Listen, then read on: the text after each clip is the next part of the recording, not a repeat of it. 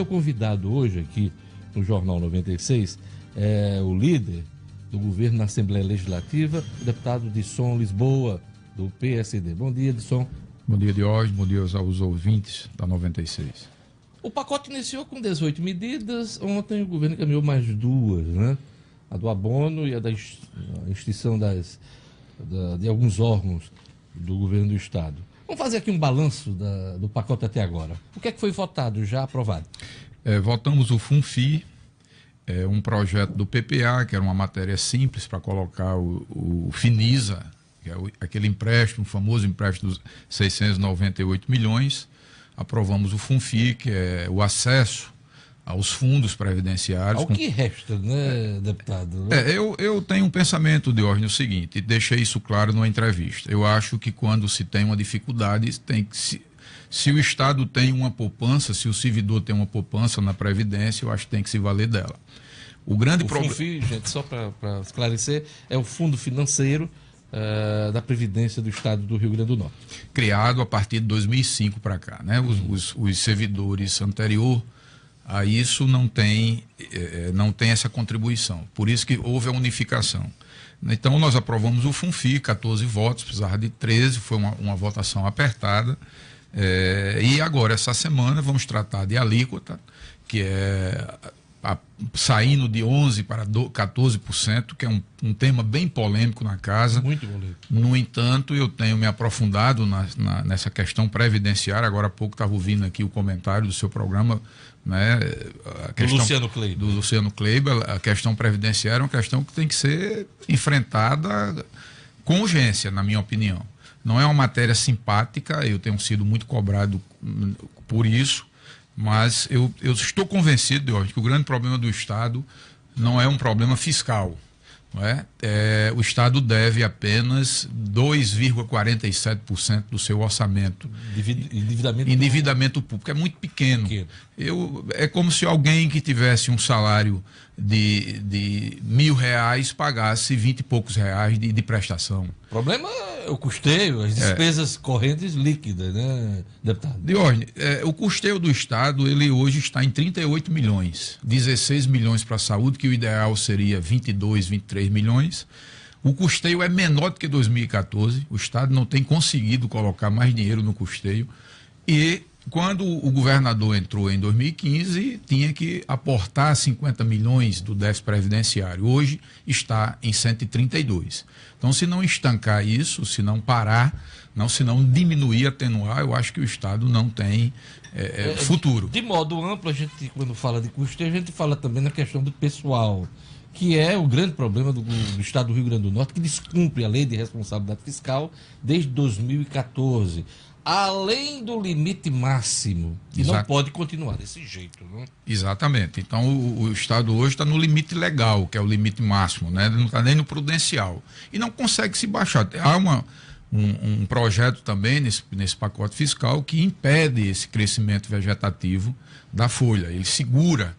Não é? Nós estamos tendo uma resistência muito grande dos sindicatos. O que eu tenho dito a todo mundo, e muitos me aconselham a nem falar dessa forma, mas a minha característica de quando me posicionar, ser transparente nisso, é que nós precisamos entender que o Estado, nesse momento, precisa de um esforço geral, inclusive dos poderes. Os poderes precisam fazer parte também desse esforço geral. Muitos servidores, muitos sindicatos estão indo ainda à Assembleia fazer pedidos de vantagem. Ora, se o Estado não está conseguindo pagar a sua folha, o seu salário, como é que vai acrescentar alguma coisa no seu contra-cheque? Então, eu acho que é um momento de tirar o Estado da situação que está, tentar superar esse momento delicadíssimo para poder seguir. Essa é uma opinião minha, pessoal. Vamos falar um pouquinho do FUNFI. O senhor falou que era uma coisa necessária, disponibilizar essa poupança, mas no início dessa gestão, o governador Robson falava em devolver os recursos, né? Ia sacar alguma coisa tal, mas até o final, inclusive, do atual mandato, a ideia era começar a devolver este dinheiro. Parece que isso ficou para trás mesmo, né? O importante é sacar o que está disponibilizado. Olha, Diógenes, eu dei uma opinião ao governador no início da gestão dele, voltei sexta-feira a relembrar relembrá-lo dessa situação, que eu não teria, né, feito o saque em Fulfina no início do governo. Na verdade, essa autorização foi dada em 2014 e essa conta ficou para o governo atual. Gestão passada, que fez uso do FUNFI em quase 300 milhões de reais para pagar 10º e dezembro de 2014. Mas o atual governo já pegou mais de 700 não tenha dúvida. milhões de reais. Né? E eu, como eu disse a ele, teria entrado com o Estado com essa dificuldade, mesmo com o salário atrasado, para que os poderes, todos os políticos fizessem um esforço de ajudar o Estado já naquele momento. Esse saque do FUNFI, como você disse, de 700 milhões, criou aí uma bolha ilusória. Em 2015, 2016, a questão da repatriação. Quando chegou em 2017, já não teve mais essas duas ajudas. O que acontece? Essa nova lei do FUNFI autoriza o Estado a devolver o recurso até 20 anos para frente. Porque até 2020, o Estado não teria condições de devolver. Era uma lei que não teria efetividade. Mas esta era a promessa do governo. Não tenha dúvida. Essa era a intenção do governo. A intenção do governo era essa. Né? Quando foi feito esse entendimento entre o governo anterior e o governo eleito, esse era o entendimento. Agora, como diz o governador, ele próprio não acreditava que a crise seria tão profunda e tão grande. Se agravasse mais ainda. Exatamente. E o que está lá no FUNFI para ser sacado ainda nas aplicações financeiras? Olha, tem livre 17 milhões e tem algumas aplicações financeiras que o Estado, através da sua equipe econômica, irá negociar. Fala assim, até 400 milhões de reais, é isso? Tem um saldo de quase 400 milhões de reais. Agora tem aplicações a vencer, que isso aí tem que ser negociado com as instituições financeiras. Alíquota de 11% para 14%. Aliás, uma medida que já foi aprovada em vários estados da federação, inclusive estados que não se faz oposição aqui, partidos que fazem oposição aqui, em estados governados por esse partido, essa alíquota foi aumentada. Mas para muita gente, deputado, isso está sendo entendido como redução de salário. Porque se aumenta a contribuição de 11% para 14%, há uma redução de 3% nos salários dos servidores. De fato, há essa polêmica, esse entendimento, Diógenes, que é uma redução. E de fato é. Você perde aí 3% do seu salário. Estados como todos os estados governados pelo PT, praticamente, Acre, Bahia, Ceará, Piauí, né? Piauí, todos eles aprovaram a alíquota de 14%, apesar do discurso aqui ser muito forte com relação a isso. Mas todos já foi aprovado porque o grande problema hoje do país, repito, é previdenciário. Não, se não tiver uma situação que resolva essa questão previdenciária, ficaremos numa situação cada vez mais delicada. Outro argumento contrário ao aumento da alíquota: se não há uma definição da reforma previdenciária no âmbito federal, por que fazer esse aumento, esse ajuste previdenciário nos estados? Porque, Diógenes, na minha opinião, o Estado precisa fazer sua parte. Não é? Se a União não conseguiu ainda, e acho que não conseguirá, até dentro aqui da sua experiência de Brasília, do seu conhecimento, eu estava ouvindo quando me dirigia para cá, mas eu acho que o Estado, a exemplo de que fez Paraíba, que é governado pelo PSB e é tão falado e decantado aqui. Mas não é injusto o governo federal exigir o ajuste previdenciário nos estados sem fazer o ajuste no âmbito federal? Olha, eu não acho que seja pelo seguinte, cada estado tem que fazer sua parte. Se ele não está conseguindo fazer lá, talvez pela situação política delicada, como eu disse ao governador, mandar um pacote também fiscal no ano eleitoral é uma coisa dificílima, você sabe disso. Isso. Não é? Este é o segundo pacote de ajuste fiscal do atual governo. Pois é, então isso é muito difícil, mas acredito que tem que tentar, não é um placar folgado, é uma dificuldade, teremos que negociar muito. Agora, eu aproveito aqui sua audiência para dizer que quinta-feira, às 9 horas, uma comitiva do Tesouro Nacional estará aqui no Rio Grande do Norte, numa reunião com a equipe econômica do governo, já fui convidado a participar, e às 17 horas irá se juntar a essa reunião, numa segunda etapa, os representantes dos poderes. Então, há uma exigência do governo federal para que possa ajudar o Rio Grande do Norte, que se faça alguma coisa aqui. Aliás, essa ajuda já foi anunciada em recente reunião da bancada federal, o governador Robson e o presidente da República, Michel Temer, recursos para as áreas de saúde e segurança que desafogariam a conta 100 a conta única do Estado. Esse dinheiro já chegou, vai chegar? Qual é o cronograma? Esse dinheiro está nas vias aí de chegar. Essa participação da bancada federal, eu reputo aqui como importantíssima. Não é? Houve um afastamento, um distanciamento, mas eu acho que todos os deputados, os senadores têm consciência que o Estado hoje precisa realmente dessa união. A união que acontece no Ceará, em Pernambuco, nos outros estados. E em outros tempos aqui do Rio Grande do também, Norte. Né? Então, esse dinheiro vem para saúde e segurança, já está aí chegando, e como você falou aqui, vai desafogar a Fonte 100. São mais de 400 milhões. 420 milhões. 420 milhões e num curto espaço. Em torno de 100 para segurança e 320, 300 e alguma coisa para saúde. O senhor falou em FUFI, falou na alíquota.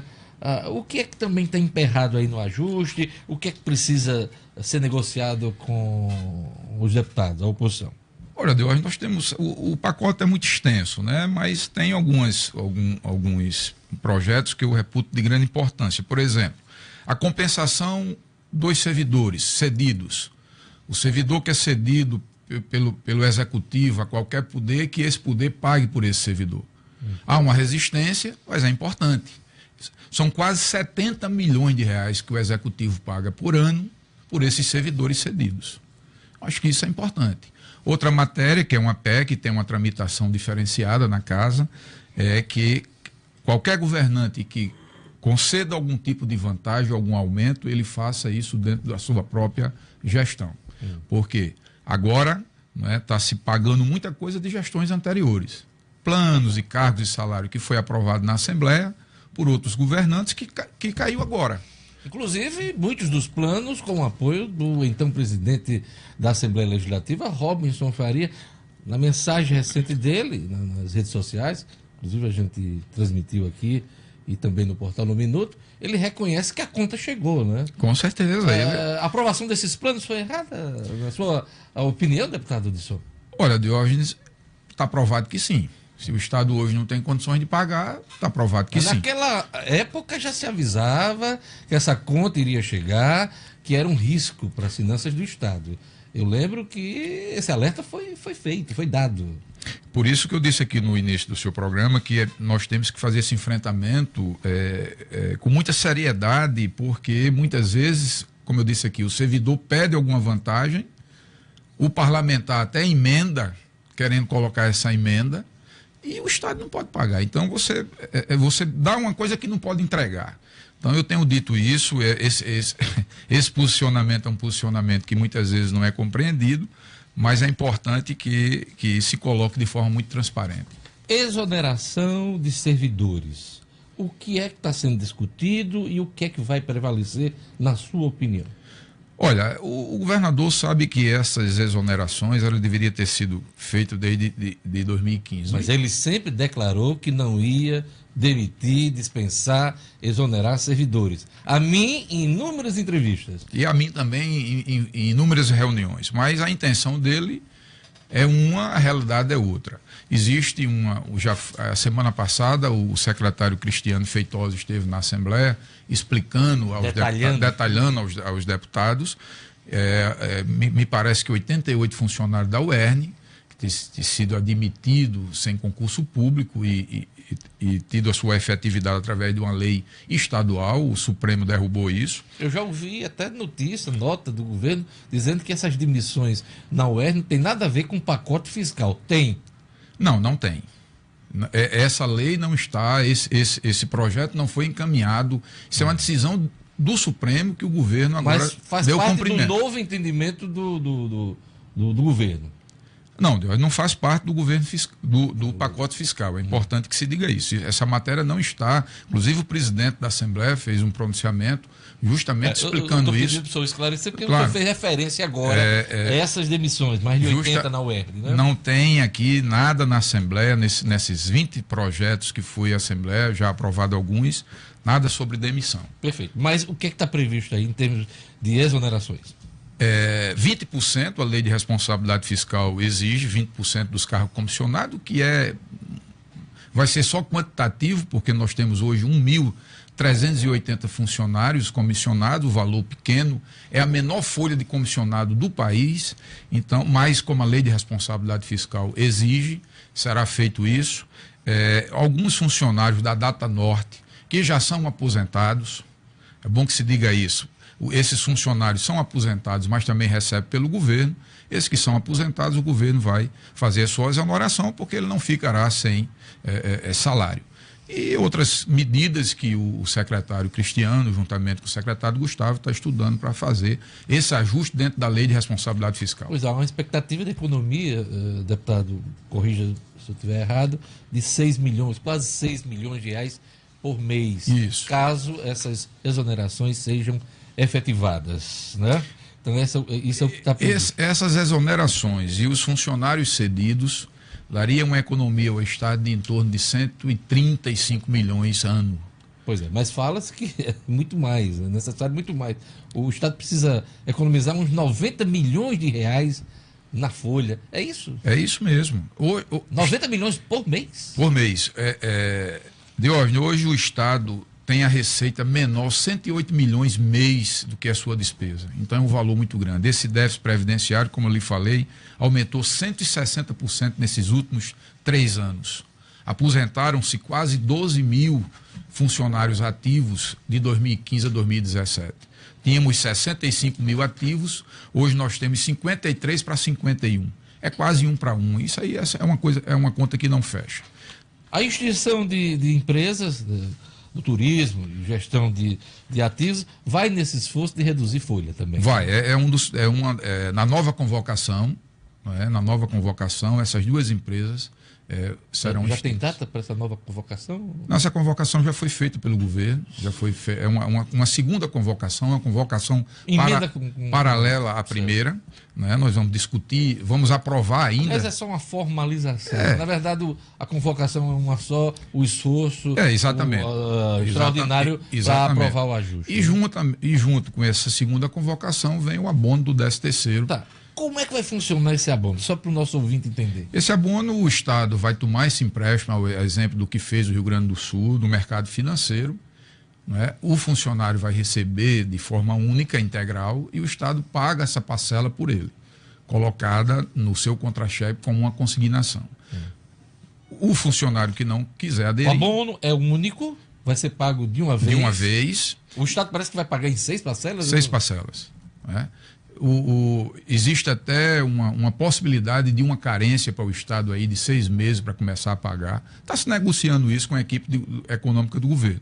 Eu acho uma vantagem para o servidor, porque ele vai receber o seu 10º, não é, de uma vez só. Mas também há a possibilidade do servidor aceitar ou não. Se ele não quiser isso, ele vai receber de forma parcelada no seu contra-cheque. O abono é no valor do 13º Exatamente, salário, exatamente. Né? Será pago de uma vez para quem aderir ao esforço do governo. Ao esforço do governo, exatamente. Quando é que a folha fica em dia aí? Qual é o cronograma do governo? Olha, hoje já está previsto dezembro para 6 de fevereiro. Até 6 de fevereiro. Nós vamos ficar em aberto janeiro. Se nós conseguirmos esse empréstimo para o 10º, né, vamos ficar apenas com o mês de janeiro. Em dívida, em débito, em débito, e tudo vai depender muito dessa visita do dia 25, a próxima quinta-feira. Né? Essa comitiva do Tesouro Nacional será fundamental para essa ajuda que o governo federal, que o governo estadual está pretendendo receber do federal. Rapidamente, o que está previsto hoje na Assembleia Legislativa na votação do ajuste? Olha, hoje eu acredito que nós não teremos votação, nós teremos as comissões funcionando. Eu hoje vou fazer um pedido no colegiado de líderes que esse projeto do abono, a Assembleia faça um esforço, porque eu acho que é um projeto importante para os funcionários. De urgência, né? Ele já vai em caráter de urgência, e pedir que as 3 comissões de Justiça, de Constituição e Justiça, Finanças e Administração façam a sua reunião em conjunto. A urgência foi negada na primeira parte do pacote. O senhor acredita que pode haver um entendimento? Não, o projeto de urgência ele está tramitando. Né? O que se queria eram as dispensas no colegiado de líderes. Foi negado, mas está tramitando de forma célere. Eu devo reconhecer aqui que todas as comissões têm trabalhado de manhã, de tarde, até à noite, sem nenhuma dificuldade. O que não foi feito foi a dispensa dessa tramitação, que eu acho que é importante devido à discussão que é técnica que são feitas nas comissões. Eu queria agradecer a presença do líder do governo na Assembleia Legislativa, deputado Disson Lisboa, pelo detalhamento, pela discussão em torno do pacote fiscal do governo. O governo vai tentar conseguir urgência para aprovação do abono na Assembleia Legislativa, segundo ele comentou com a gente aqui nesta edição. Obrigado, Disson. Obrigado, Diorne. Eu que agradeço aqui a você pelo seu espaço. Quem Bom dia a quiser todos. rever a entrevista, acesse o portal No Minuto, tem a janela lá com todo o programa. E eu volto amanhã com o Jornal 96.